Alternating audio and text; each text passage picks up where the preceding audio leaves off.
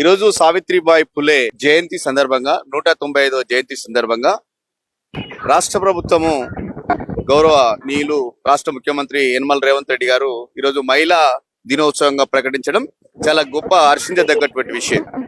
ఎందుకంటే భారతదేశంలోనే మొట్టమొదటి మహిళా ఉపాధ్యాయురాలు ఎవరైనా ఉన్నారు అంటే సావిత్రిబాయి పులే గారు. మరి ఆమె యొక్క ఆశయాలను లక్ష్యాలను మరి ఈనాడు ఉన్నటువంటి సమాజము మహిళా సమాజం తీసుకొని వారి యొక్క ఆశయ సాధనలో ఉద్యమించాల్సినటువంటి అవసరం ఎంతైనా ఉంది. బట్ పబ్లిక్ లో అవేర్నెస్ ఉందంటారు. లేడీస్ ఇప్పటికి కూడా వెనకటి కాలంతో పోల్చుకుంటే ఇప్పుడు పేరెంట్స్ పిల్లల్ని చదువుకోవడానికి ఎలా చేస్తున్నారంటారా సార్? ఖచ్చితంగా అలో చేస్తా ఉన్నారు. సమాజం పట్ల ఇప్పుడున్నటువంటి స్త్రీలు అవగాహన కలిగి ఉండాలి. భారతీయ సంస్కృతి గాని కట్టుబాట్లు గాని ఆ యొక్క లక్షణాలు అనేటువంటివి కలిగి ఉండాలి. ఏదో మనము అదర్ కంట్రీల యొక్క సాంప్రదాయ పద్ధతిని పాటిస్తున్నాం కాబట్టి కొన్ని మరి జరగనటువంటి జరుగుతా ఉన్నాయి. కాబట్టి వాటిని మనము ఎప్పటికప్పుడు సమాజానికి చైతన్యపరచాల్సినటువంటి అవసరం ఉంది. మరి 195 సంవత్సరాల క్రితమే సావిత్రిబాయి పూలే గారు మన భారతదేశాన్ని చైతన్యం చేసినటువంటి ధీర వనిత మహిళ కూడా. మరి ఇప్పుడున్నటువంటి మహిళలకు మరి ఎందుకు ఆమెను ఆదర్శంగా తీసుకొని పనిచేయలేకపోతా ఉన్నారు? ఇప్పుడున్నటువంటి టెక్నాలజీలు గాని ఇప్పుడున్నటువంటి వ్యవస్థలు గాని చాలా మంది మహిళలకు సపోర్ట్ గా పనిచేస్తా ఉన్నాయి. ప్రభుత్వాలు కూడా వారికి సహకరిస్తా ఉన్నారు. సావిత్రిబాయి పూలేను ఆదర్శంగా తీసుకొని మరి పనిచేయాల్సినటువంటి అవసరము ఇప్పుడున్నటువంటి స్త్రీలకు ప్రత్యేకంగా ఉందనేటువంటి విషయాన్ని గుర్తు చేస్తా ఉన్నాం. సో రాష్ట్ర ప్రభుత్వం నుంచి మహిళలకు సపరేట్ గా స్కూల్స్ కావచ్చు, జాబ్ ఆపర్చునిటీస్ కావచ్చు, అండ్ ఒక కేటగిరీలో రేషియో ప్రకారం జాబ్ ఇవ్వడం కూడా ఒక గొప్ప విషయమే. ఎలా ఉందంటే రాష్ట్ర ప్రభుత్వం వైఖరి మహిళల పట్ల ఎలా ఉందంటే? రాష్ట్ర ప్రభుత్వ వైఖరి మహిళల పట్ల చాలా సానుకూలంగా ఉంది. మహిళలకు రిజర్వేషన్స్ అనేటువంటి ఇస్తా ఉన్నారు. విద్యార్థులకు చదువుకోవడానికి సపరేట్ గా మహిళా పాఠశాలలు గాని కళాశాలలు గాని అన్ని ఏర్పాటు ఈ రోజు ప్రభుత్వం అనేటువంటి చేస్తా ఉన్నది. వారికి సంబంధించినటువంటి ప్రోత్సాహకాలు కూడా ఇస్తా ఉన్నారు.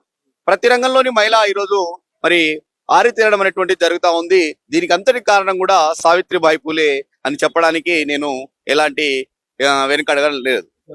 కానీ వాస్తవానికి ప్రభుత్వ పాఠశాలలో సరైన విద్య దొరికితే ఎందుకని ఇప్పటికీ ప్రైవేట్ పాఠశాలలకు వెళ్లి లక్షల్లో ఫీజు కట్టి చదువుకునేటువంటి అవసరం ఏముంది? అంటే ప్రభుత్వ పాఠశాలల్లో సరైనటువంటి విద్య లేదా నాణ్యమైనటువంటి విద్య దొరకట్లేదా?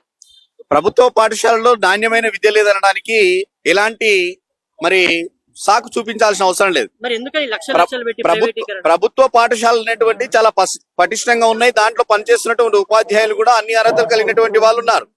మరి ఆ పాఠశాలకు ఎందుకు పంపుతలేరు అనేటువంటిది అక్కడ ఉన్నటువంటి విద్యార్థుల యొక్క తల్లిదండ్రులు అర్థం చేసుకోవాల్సినటువంటి పరిస్థితి ఉంది. ఇప్పుడు సావిత్రిబాయి పూలే కూడా చదువుకున్నది ప్రాథమిక గవర్నమెంట్ పాఠశాలలోనే కదా, తన భర్త దగ్గరేగా చదువుకున్నది. మరి అలాంటి గొప్ప గొప్ప వ్యక్తులు అనేటువంటి వాళ్ళు కూడా ప్రభుత్వ పాఠశాలలో చదువుకున్నటువంటి ఈరోజు గౌరవనీయులు రేవంత్ రెడ్డి గారు ముఖ్యమంత్రి గారు ఉన్నారు. మన తెలంగాణ రాష్ట్ర ముఖ్యమంత్రి గారు ప్రభుత్వ పాఠశాలలో చదువుకున్నారు, ప్రభుత్వ డిగ్రీ కళాశాలలో చదువుకున్నారు. ఈరోజు ముఖ్యమంత్రి కాలేదా? మరి సుందర్ పిచ్చయ్య గాని ఇట్లాంటి పెద్ద పెద్ద వాళ్ళు మరి సిఇఓలు అంతా కూడా మన యొక్క గవర్నమెంట్ పాఠశాలలో చదువుకున్నటువంటి వాళ్ళే. మరి మనం ప్రభుత్వ పాఠశాలలో పనితీరు బాగలేదు, అక్కడ వ్యవస్థ బాగలేదు అని చెప్పడానికి ఇది కరెక్ట్ పద్ధతి కాదు. ఎందుకని సార్ తల్లిదండ్రులు లక్షలు పెట్టి ప్రైవేట్ విద్యలకి అంకితం చేస్తూ ఉంటారు పిల్లల్ని? ఇప్పుడు వ్యవస్థ ఎట్లుంది అని అంటే ఒక పిల్లవాడు ప్రైవేట్ పాఠశాలకు పోతున్నంటే నా పిల్లవాడు కూడా అట్లే పోవాలనే ఆలోచన. అంతేగాని ఇది ఒక ప్యాషన్ ఒక ప్రెస్టీజ్ దానికోసమే తప్ప వేరే రకంగా కాదు. ప్రభుత్వ పాఠశాలలో విద్య అనేటువంటి చాలా పటిష్టంగా ఉంది. ఈ ప్రతి ఒక్కరు చదువుకున్నటువంటి వాళ్ళు అందరూ కూడా ఈ రోజు మేధావులుగా పెద్ద పెద్ద స్థాయిలో ఉన్నటువంటి వాళ్ళు కూడా ప్రాథమిక పాఠశాల నరేంద్ర మోడీ గారు కూడా ప్రాథమిక పాఠశాలలో చదువుకున్నాడు, పల్లెటూరులలో చదువుకున్నాడు. ఇప్పుడు రాజీవ్ గాంధీ గారు చదువుకున్నది, రాహుల్ గాంధీ గారు చదువుకున్నది, ఎవరు కేసీఆర్ కూడా చదువుకున్నది కూడా ప్రాథమిక పాఠశాలలో ప్రభుత్వ బడులే. మరి వాళ్ళంతా మేధావులు కాలేదా? రాష్ట్రాన్ని పాలించలేదా? దేశాన్ని పాలించలేదా? ప్రభుత్వ పాఠశాలలు ఖచ్చితంగా ఉన్నాయి. దానికి ప్రభుత్వం కూడా సానుకూలంగా డబ్బులు ఇస్తుంది, ఫండ్ ఇస్తుంది. అక్కడ ఉన్నటువంటి అన్ని వ్యవస్థలని మరి ప్రవేశపెట్టడం అనేటువంటి జరుగుతా ఉంది. సార్ వాస్తవానికి దేశం యొక్క చరిత్ర ఎతిగతులు మారాలంటే విద్య వల్లనే పాసిబుల్ అవుతుంది కదా. సో విద్యను మొత్తానికే ప్రైవేటీకరణ తీసేసి ప్రభుత్వ పరం చేస్తే ఎలా ఉంటుందంటే ఏం చెప్తారు? భారతదేశంలో గాని ప్రపంచంలో గాని నేను ఒక ఉద్యమ నాయకునిగా, తెలంగాణ విద్యార్థి విభాగం ఉద్యమ నాయకునిగా, బీసీ ఉద్యమ నాయకునిగా, ఒక సాధారణ పౌరుడిగా నేను ఏం చెప్పదలుచుకున్నంటే ప్రభుత్వాలు అనేటువంటివి ఉచితాలు అనేటువంటి ఇవ్వకుండా విద్య వైద్యం ఇవి రెండు ఉచితంగా ఇచ్చినప్పుడు ఎక్కడ ప్రైవేట్ పాఠశాలలు ఉండవు. ఆ పాఠశాలను బాగా పటిష్టం చేయండి, చేసి అవి రెండు ఉచితాలు ఇవ్వండి. ఇప్పుడు రేషన్ బియ్యం ఎవరు అడుగుతున్నారండి? ఎవరు అడుగుతున్నారు రేషన్ బియ్యం? ఇక్కడ తీసుకుపోయి అక్కడ అమ్ముకుంటున్నా. కాబట్టి ఉచితాలు అనేటువంటి ప్రభుత్వాలు ఇవ్వాల్సిన అవసరం లేదు. ఎక్కడే ఉచితం ఇవ్వాలి? ఒక విద్యార్థి చదువుకోవడానికి 1 లక్ష రూపాయలు అవుతున్నది. ఆ విద్యను ప్రభుత్వం ఉచితంగా ఇవ్వాలి.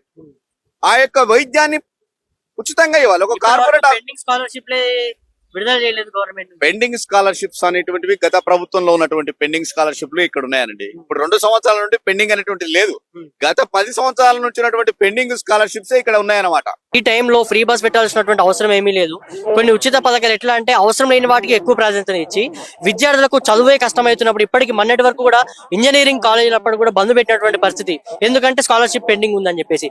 అటువంటి దాని మీద ముందు చూపించి విద్యకు ఎక్కువ ప్రాధాన్యత ఇస్తే బాగుండేది కదా.